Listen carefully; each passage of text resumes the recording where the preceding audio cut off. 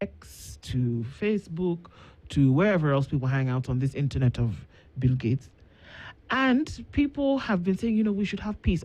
Professor Kivuda Kibwana, who's a currently university lecturer, former governor of Makwene County, says, it should be a time where we look for peace. PLO Lumumba has time and time again said we should practice the politics of peace. And it seems to have, over the last couple of days, gotten really ugly, where people are taking jabs at one another, forgetting what politics provides a platform for. It provides a platform where would-be leaders would emerge to sit in positions, all for the development of the country. We forget that the end goal or the target should be that the country develops, that people's livelihoods are secured, and a conducive environment for which people can thrive then is created. That's the end goal. That's the target. But we forget it because we get to the point whereby, okay, you want to be MP tomorrow? Mm-hmm. That's great. In 3 weeks or so, or 3 months or so, 3 years or so, I see you and I can't even recognize you because you're dripping wealth and riches in ways in which I didn't even imagine could be possible. That seems to be the end goal for people who get into parliament or into leadership. And then people start to take jabs at each other. And people start to barbs at each other, and people start to fight. And we see a lot of ugliness start to come out. And then we have to have nighttime meetings where people are calling people to order and remembering who they are. Is that necessary? Let's continue with that, Alenga.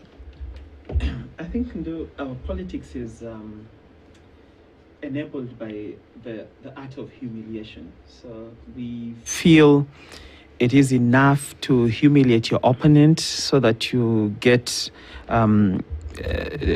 you get ahead of them by bringing them down. If a woman who does not have a husband runs for office, then we're gonna attack her on the fact that she is not married, so she's not fit to lead. If a man who maybe for some reason had setbacks in his family, we use that to humiliate them. So then that takes away the place of ideology, the place of debate. It lowers the debate to very, very low levels where we only excite the people who listen to us. And this kind of humiliation plays out in public forums. It plays out on social media. So therefore, social media has become, or rather humiliation has become an art to propel ourselves to power and also a weapon to call for responsibility and accountability from leadership.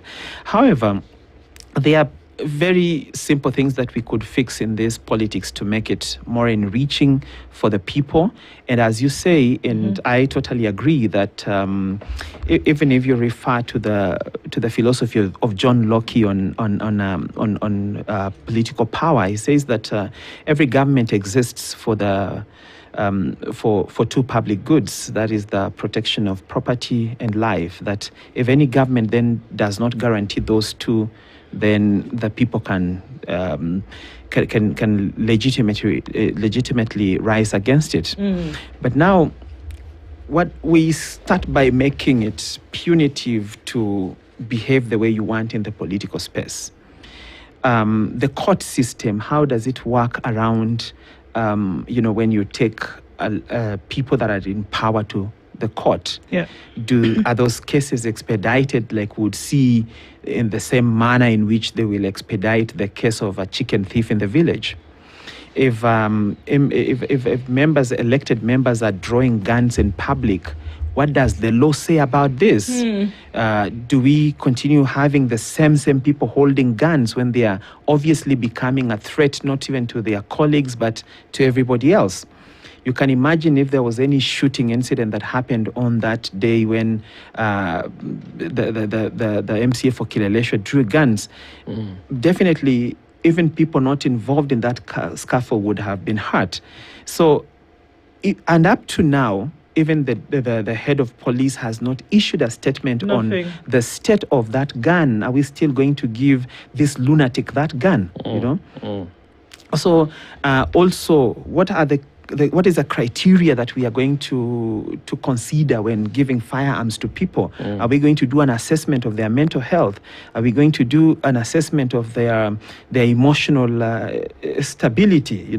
So those are some of the things that need to be inculcated into our politics, so that we understand from a leadership point of view that there is consequence for bad behavior. But as it were, we first of all want to know your name. Then after that, then we know how to handle the fault that you committed.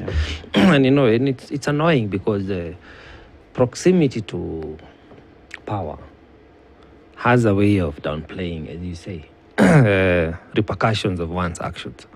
We have an MP from Gatundu who was, captured live shooting someone. I think the case is ongoing in court. We have another MP, Didmas Baraza, I think, because we speak about ammunition, and this is something we need to be concerned about as a country. Remember, we just lost another MP from Kaspul from a shootout. Yeah. So these are elements of concern we should be having, but they are more alarming when they are perpetrated by legislatures themselves.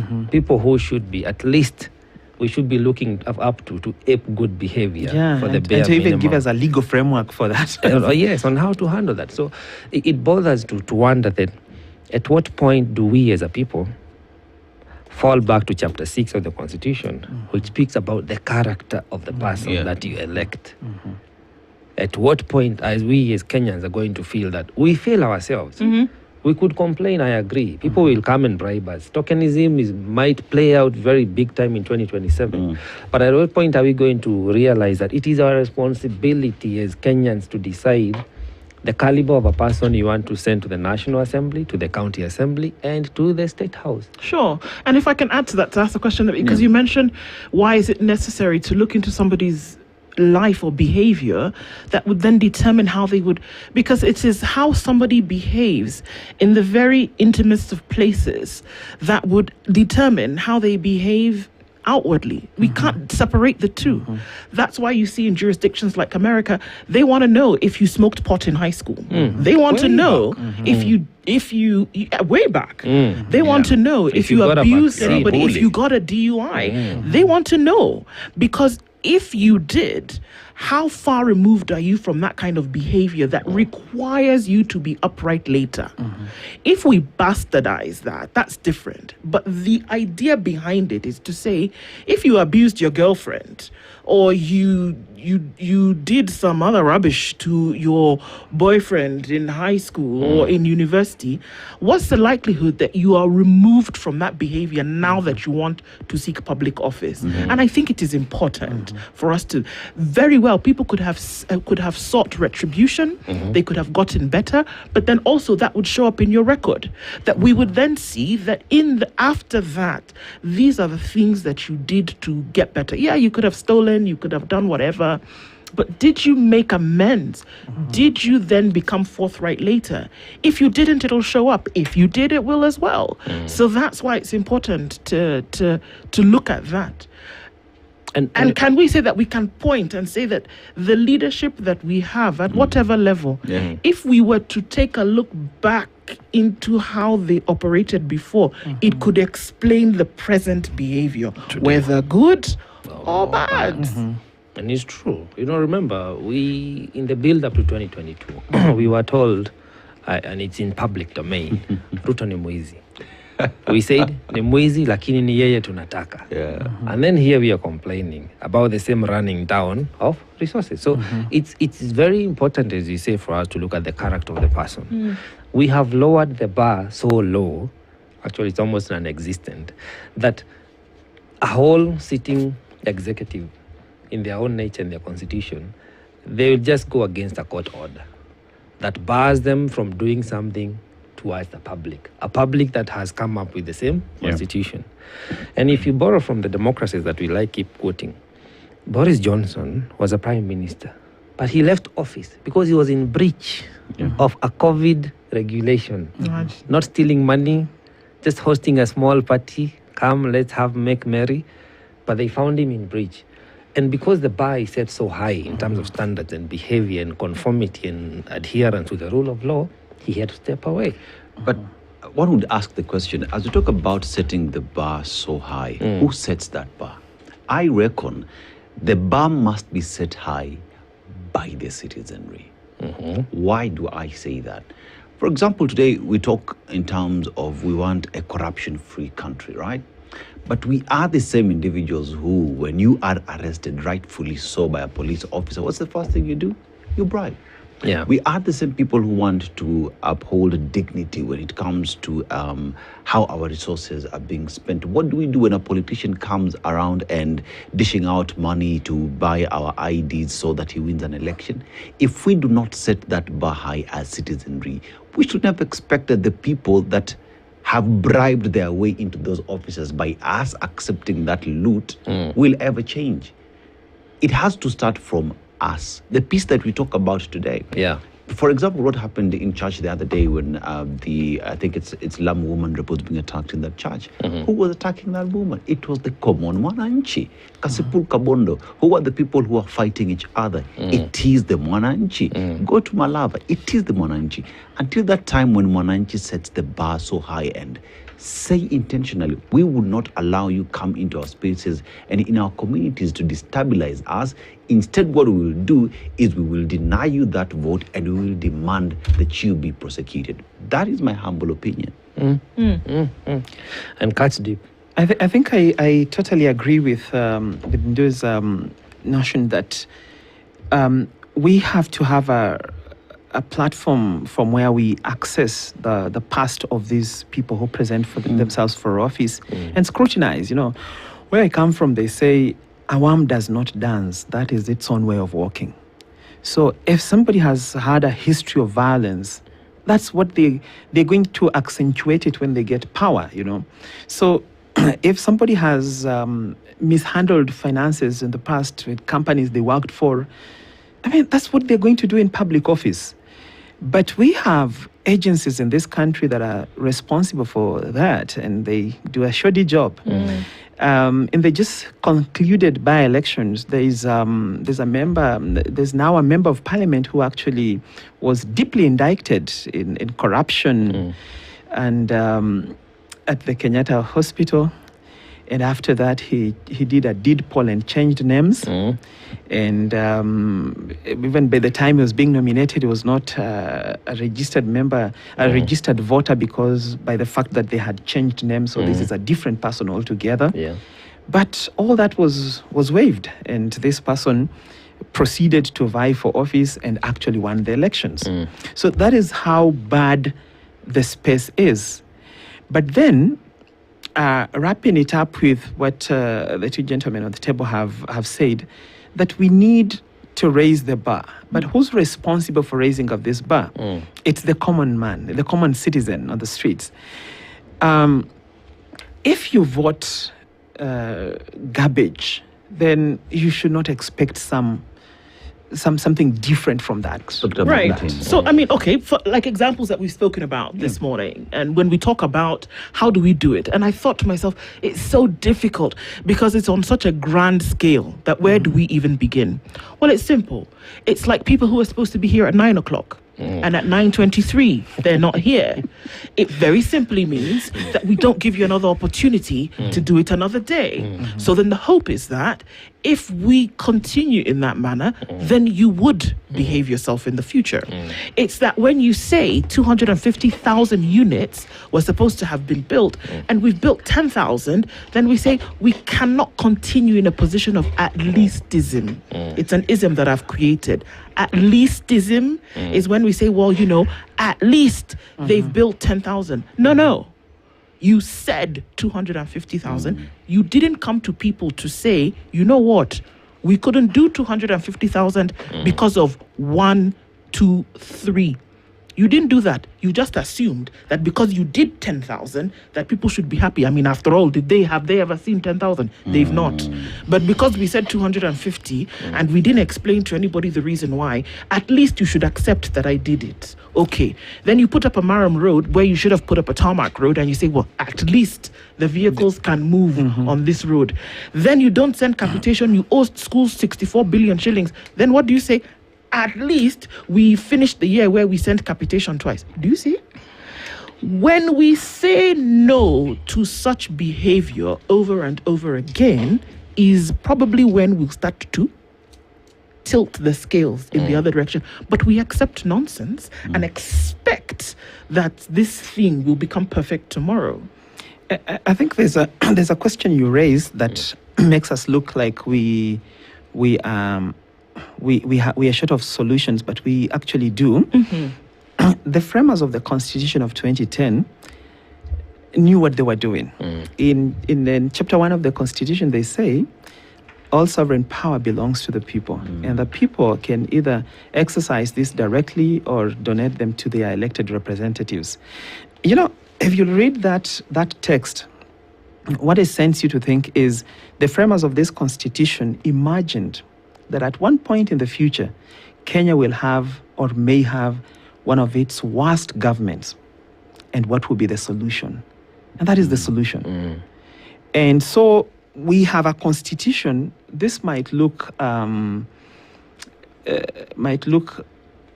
disturbing, but that is it. We have a constitution that actually covers for or provisions for civilian coups. That's what it is. Because you could actually take this power when you feel the regime that we have is not fitting within what we want. And now, why can't this Article 1 of the Constitution be tested in this jurisdiction at any one point? It's because the narrative spinners make it look like our Constitution expressly puts people in office through the ballot. But our Constitution contemplates that when the power of the ballot cannot work for us, we claim the power as a people. So then, you know, in the words of Seneca, he says, there's no easy way from the earth to the stars. So if Kenya has to fix one of its legendary leadership and governance messes, at one point we have to be brave enough to reclaim the power. When that happens, it sets a precedent that truly Kenyans can claim their power. Truly Kenyans know what they want. And if you observe in places where this has been done before, it has played subsequently to warn the ruling class that it is not absolute power that you hold. Look at France. Since the French Revolution, there has been a constant reminder of the French government that these people are not what you think they are. There's some level of nonsense they can take, and at one point they cannot take it. Indeed. So in France, they hold they hold demonstrations seriously. Protests are taken seriously by the government. But for us here, it's a moment to kill. Jarvis Bigambo is here this morning. Good morning and Happy New Year. Good morning. Happy great year. How are you today? One would have hoped that a new year would bring new things. However, you're here. Well, it depends on the operational definition of the term new. New being on time. Well, I appreciate the invitation and to be here. I'm slightly late, but it was not a making of my own. Other intervening factors or variables were in fact hampering my arrival on time as I'd earlier desired. I register my apology. Thank you for the apology. And as we can get into it really quickly, is that we're looking at the peace and politics and which takes place where. And our time as we have it means that we jump into it really quickly. And we've started that conversation on the premise that which we built it. Jarvis, what are your thoughts about now proposed peace amendments towards the politics of the day where we stand? And meetings where people have said, no, you guys can actually get along. Can people actually get along? And can personal expediency rule peace? That is a very vast question that invites a response that's like a thesis. When I was just settling in, my relative here was waxing philosophical and citing Seneca and the French Revolution. And perhaps I'll pick it up from there when I recall the words of Thomas Paine speaking in the 1780s. Indicating that in those revolutionary times of America, trying to found its independence, it was an age of reason. This, as it was for the time of Paine, indeed our own time, it's an age of reason. It's a time of reason. Reason being that we have been endowed by faculty by the Almighty which faculties we must use. Nonetheless, at times I find it quite intriguing that individuals who find themselves within the quarters of politics, at times even politicians themselves, try to exile reason. It's the exiling of reason that leads us inevitably to the question that you, Ndu, has asked. That in politics, can we find peace? And can politics coexist with peace? The people are not the problem. And I'll tell you this morning, even the Constitution is not the problem. Because if we're to go even by what my brother here indicated as the framers of the Constitution, who were the framers of the Constitution? It was the people. It was not the Committee of Experts.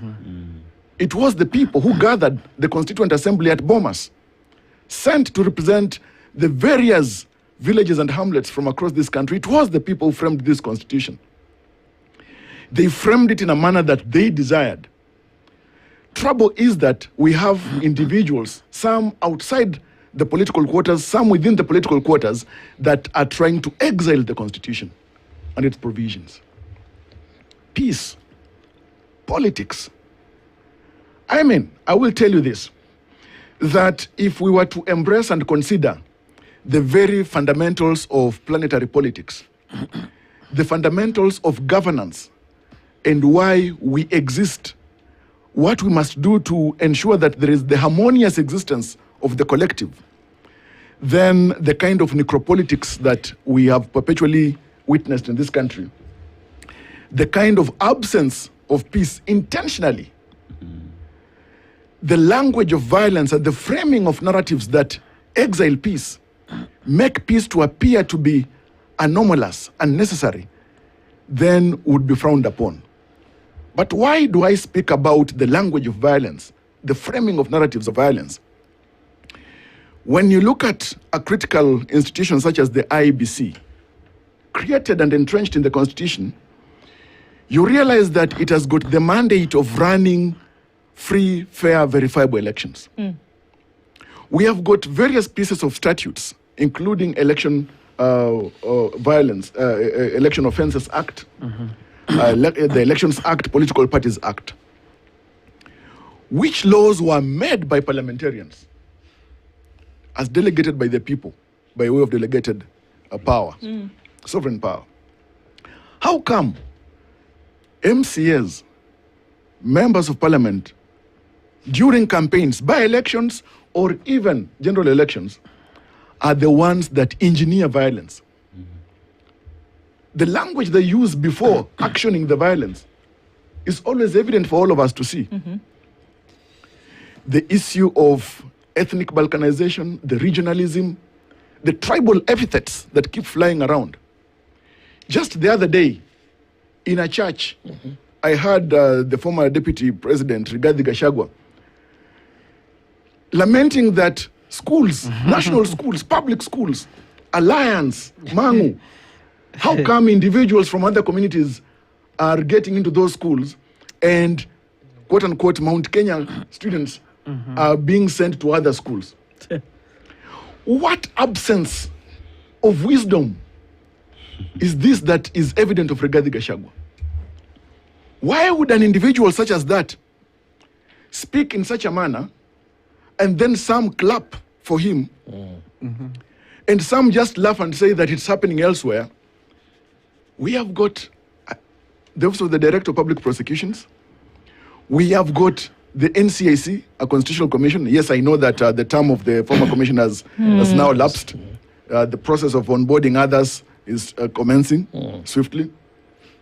Look, when we the people cheer on the enablers of violence by way of language, when that violence is actioned, then we start having gospel songs and songs of patriotism playing on radio and on TV. We the people are the mad ones. I hear you, Javas. And I hear you. And I want you to think beyond that. Because actually the character of an impeached person, in my opinion, that discussion needs to retire. In my opinion. And this is where I'm even more bothered. We have a president who is supposed to be a symbol of national unity. But you can quote him many a times, telling people hawana akili, hawa wajinga, and many other languages. So I beg to ask a question for us as a nation, because I want us to walk away from personalities, because peace is a collective. Peace has to be a rhythm we are attuned to, because peace means different things to you and I, somebody in Marsabit, in Mombasa, but it is a collective. What must we do? Because we are building up to an election of 2027. Politics will be in high octane this year and beyond before we get to the ballot. And already you can hear people fear-mongering, drums of war are in play, tribal balkanization is in play, and all these are ingredients of disrupting peaceful electoral cycle towards the ballot. We, the people, are the ones who will be voting. Anybody who will become a president, an MP, a governor, will be voted in by the people. We, the people, must position ourselves where we know that to the extent that we disrupt our lives because of this electoral cycle, we are the ones who are going to bear the consequences. So what language must we now start attuning to as we, the people? Because people who are paid to import or export violence are the people. Against you, against me, against my cousin, against my villager, against the next neighbor. So what must we, as Kenyans of goodwill, Kenyans who understand the repercussions of having the rule of law upheld, how we can save lives by peacefully voting and having a government that will function. What must we do as a people? I've been sick and tired for too long that I'm sick and tired of being sick and tired about issues that we have belabored for so long. When we peg our peace on elections, general elections, then we are short-sighted. Peace, coexistence, progressive politics must not be pegged on general elections. In fact, our own survival must not be pegged on elections. These are cycle events that happen after every 5 years. We are not, for heaven's sake, the first country to hold elections. We do have countries in our neighborhood and elsewhere that conduct elections, and you go there even on the day of elections or the day before elections, you will wonder whether there are even elections in that country. They don't peg their stability and peace on elections. So we must not make general elections or elections a do or die situation. Second, when we make public service, and particularly elective office, too lucrative, and we make it such that politicians are larger than life, they are better than every other person and every other office and every other profession, then we begin to miss the boat by the river. The other thing is this: we must make sense of our laws. Pieces of legislation should not be cosmetic. Now, when we have statutes in place, we have the Office of Director of Public Prosecutions in place. When you look at provisions of Article 157 of the Constitution, the ODPP serves and must serve public interest, not political or private interest, and can initiate investigation and prosecution suo motu, which means therefore then that the effectiveness of our laws should be as effective as the institutions we have created by the Constitution and even other statutes. We must not fear to prosecute individuals, imagining, for example, that their prosecution will have the universe fall or collapse upon us. We have entertained that for too long, and that is part of the problem. You ask, what must we do? Those are part of the things we must do. We must have institutions working effectively, operationalization of our laws, because laws and constitutional provisions are peremptory. And also it's important for us to know that when institutions are created and when laws are legislated, they are not to serve others to the exception of others. We must not imagine that the Constitution should work against others or for others and not against us. But Javas, we talk about these institutions that ought to work, institutions that are there to serve Mwananchi.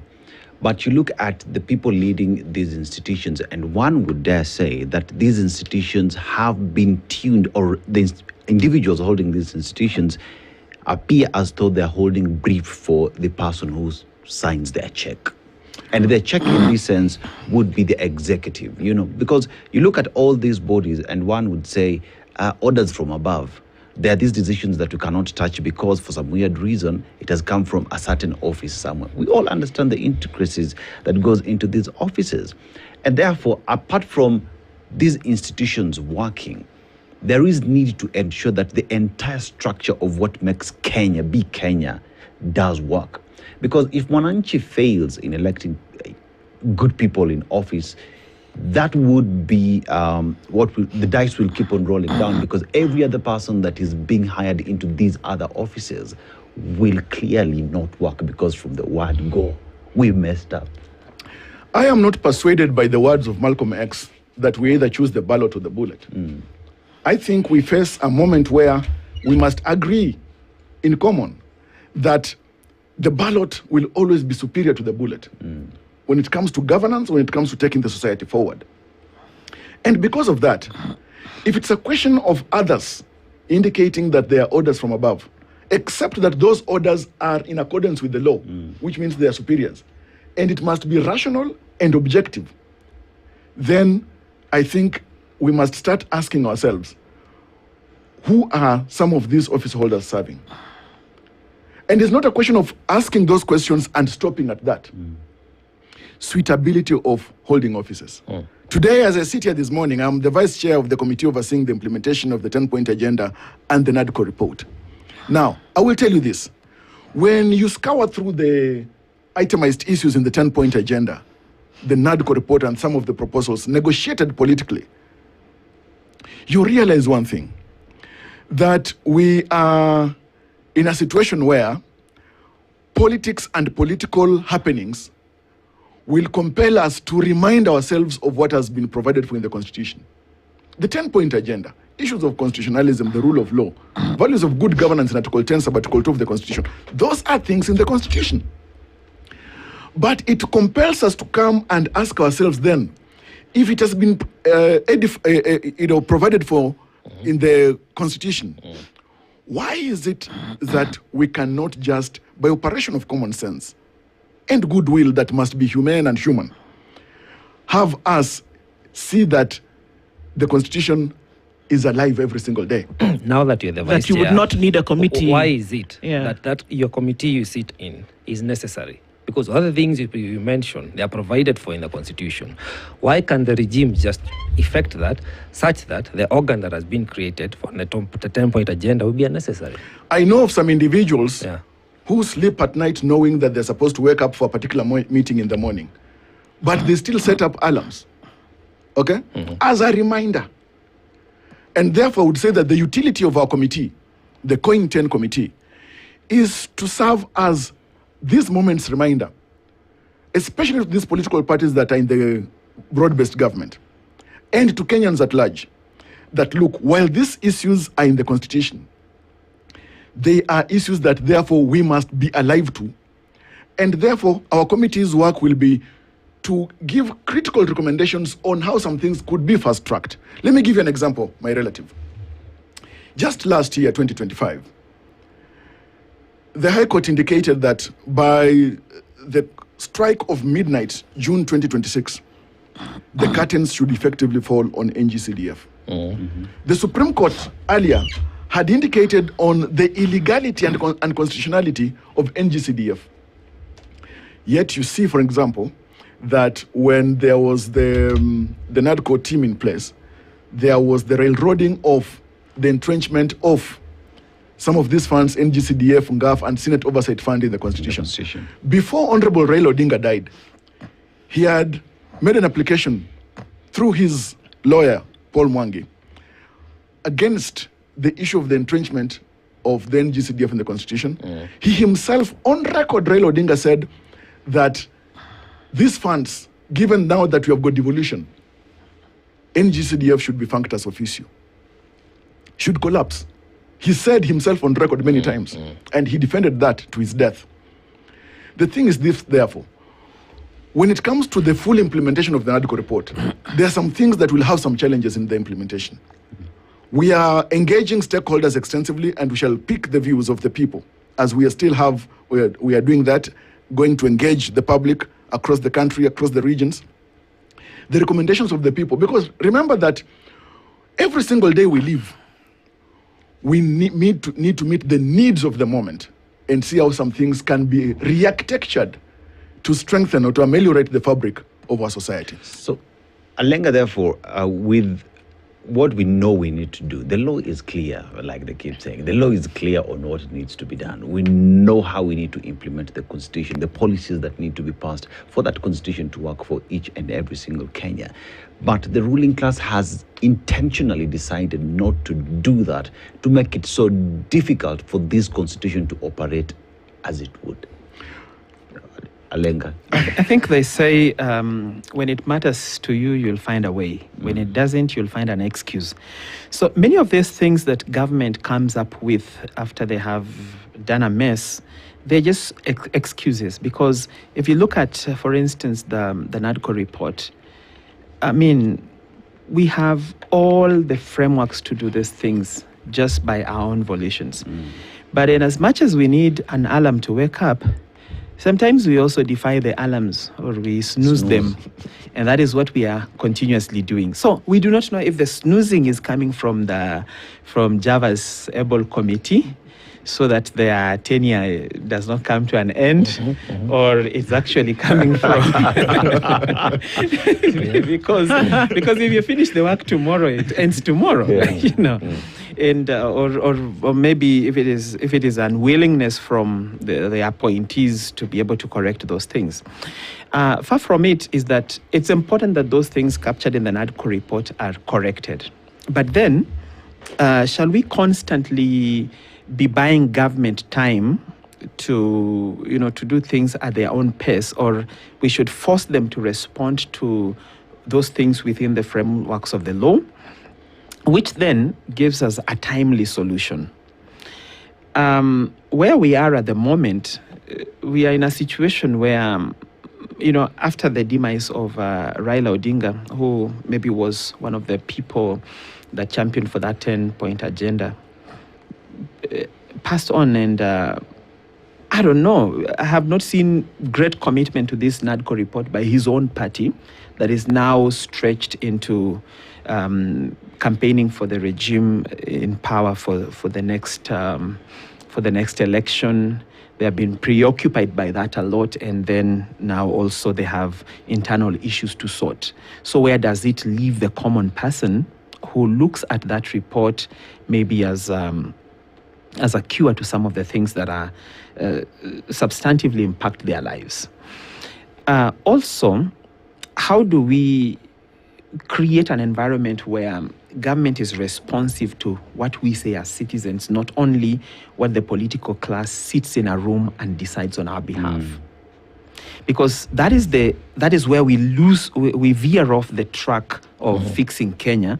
Because at the end of the day, we ask those people who sat in bombers, who really sent them? That's the biggest question. Who really sent them? Those things they sat down and wrote, were they the real pain points for Kenyans at that time? Like 2/3 gender rule, was it really a pain point for Kenyans at that time? And doesn't it have another avenue for fixing it, So I think where we are as a country, we have all the tools that we need for proper governance. What we do not have is the will and the courage to unsettle certain formations, to defy the status quo and say we are going into this to fix Kenya once and for all. Okay. And is it fair to ask the question then whether true patriotism and nationalism then actually resides in the hearts of Kenyans at whatever level, whether it is that you're in a position of leadership or you're the citizen who has delegated your sovereignty to a would-be leader? Because if it did, would we not see some of these things take center stage, regardless? I think patriotism is a peradventure for a Kenyan who goes to bed without food, for a Kenyan who went through the school education hoping they'll get a job in the end and have nothing, for a Kenyan who suffers the plight of their kin dying in the Gulf, as a house help, and they can't even bring the body back, for a Kenyan who walks into the hospital and cannot find health care, for a Kenyan who is wondering how they can take their kids to school. I think those things make it difficult for us to love our country. It's very, very difficult. We are in an abusive relationship.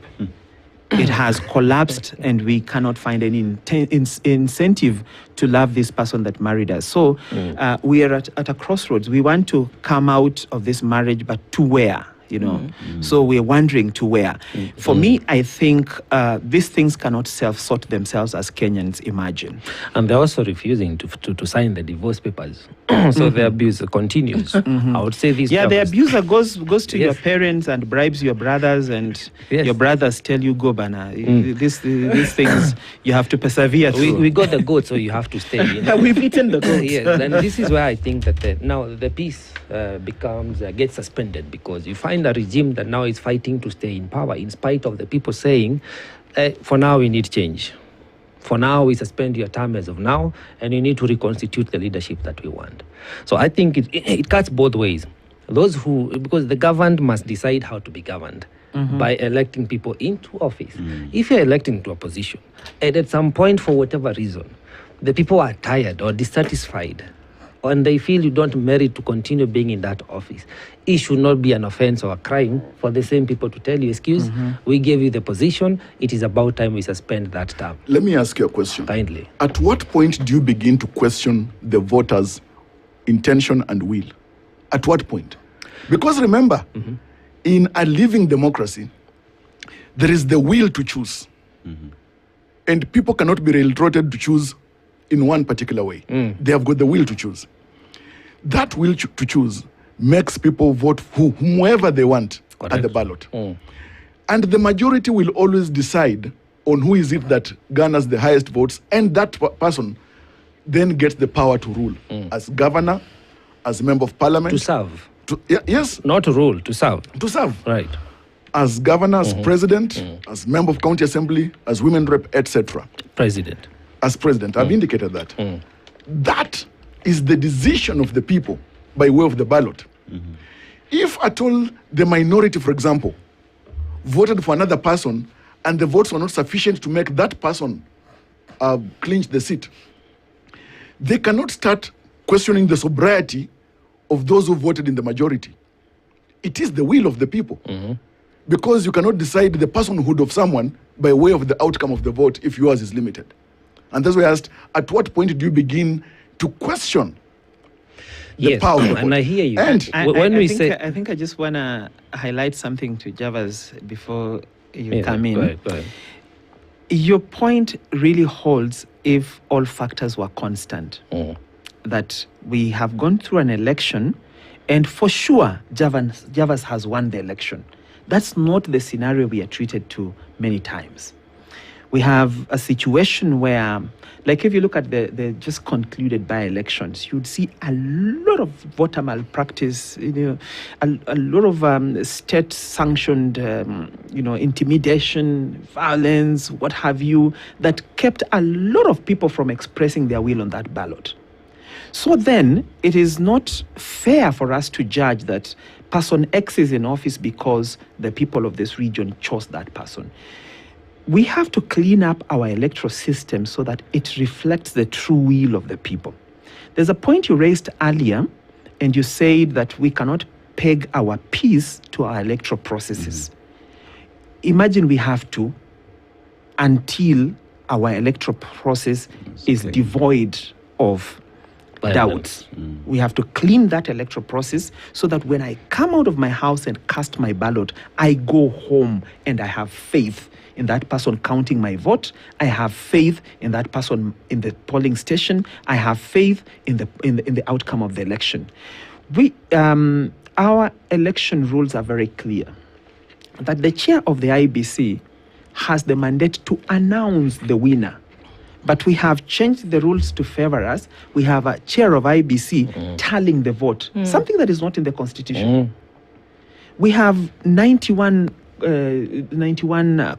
291 constituencies. Why can't we just have presidential results for 291 constituencies so that even the media can call the winner? You know, the media can receive as now, is now, made now, in the I think- Constitution. just like it is in the US. The media says up to where we are, only we can projects. call it. It only This is it. projects. This is Now, what it looks. I think we'd rather be careful. So in we terms go of- into shortcuts. in terms of the say provision we of have the law. to get Form 34B. I agree with you. You speak quite well and eloquently on these issues. But remember that even the law as it is, pronouncement by the courts and provision of the Constitution itself, presidential results are declared where? It's not at the National Tallying Center here. Yes. Polling station. At the polling station. That's where they're declared. That is the law, that is the practice. But let me ask you, Is it the practice, Jarvis? We need to that's the hold law. on It's to not that. the practice. That is the law. Hold on, That's the hold law. on, Jarvis. Yeah. Because if it was the practice, we would not be doing Yeah. this dog and Bombers. pony show that happens at Bombers. Bombas. do you know why somebody would want to arrive at an argument that is not the practice? Because we can see we are not blind. No, remember, Experience. the Yeah. issue here Experience. is the determination of the 50 plus 1. That's one. Determination of the 50 plus 1. Second, getting votes in majority of 50% of the counties. That has to be ascertained for the proclamation by the chair of the IBC. No, it No, it doesn't. doesn't. No, listen. No, it No, does listen. not. No, listen. This is, it's not sorry, listen. Jarvis. I'm listen. sorry. Okay, no, okay. Jarvis. Look, It's look, black. okay. I'm sorry. Before you Hold respond, on. It's, just I'm one not. I'm question not. for you. I'm not responding. I'm Okay. making a point that it's very clear what the Constitution says. It's very clear what election laws say. Correct. That this chair is a returning officer. Yes. It is very clear. For the presidential? For the presidential. Thank you. There is no tallying Yes. that needs to be The done. the Tallying does bit. not The happen tallying at the bit. national tallying. It does. It does. No, listen. That's why you have now called it listen. the National now Tallying listen. Center. Now listen. Now listen. Now, the use of the word National Tallying Center, okay, that IBC does traditionally as it's been happening at Bomas. What the commission has been doing, all right, is first of all collating, bringing together just to see of the 290 That is constituencies. wrong. That Now is listen, wrong. now That's listen. what- that's Okay, been happening. wait, That's the now, point. That is now, wrong. now It listen. should not now be listen. happening. Now listen. And now we cannot listen. be- Now, we now are- listen. You Now know listen. what we are Now listen. saying. No, Now Jarvis, listen. no, no, Okay, no. let me put the point. That is the Let- problem. let You see me what make you're the point trying. clear. Hold on, Jarvis. What you're trying to do is explain an illegality. I'm not explaining. The point there is should this, be no. no tallying. No, It's there's no done tallying. at the Our constituency. Tallying and declaration of Our- presidential results is done at the our structure, Okay, our, Jarvis, let me put it It this is way. done at the polling center. our put it electoral this way. structure that does not allow that 2-3 days of uncertainty. The law provides does not. a 7-day Correct. window So for that we declaration have of to results. wait. The law allows 7 days. Let me tell you where the wrong is. The crime, the Declaration of criminality.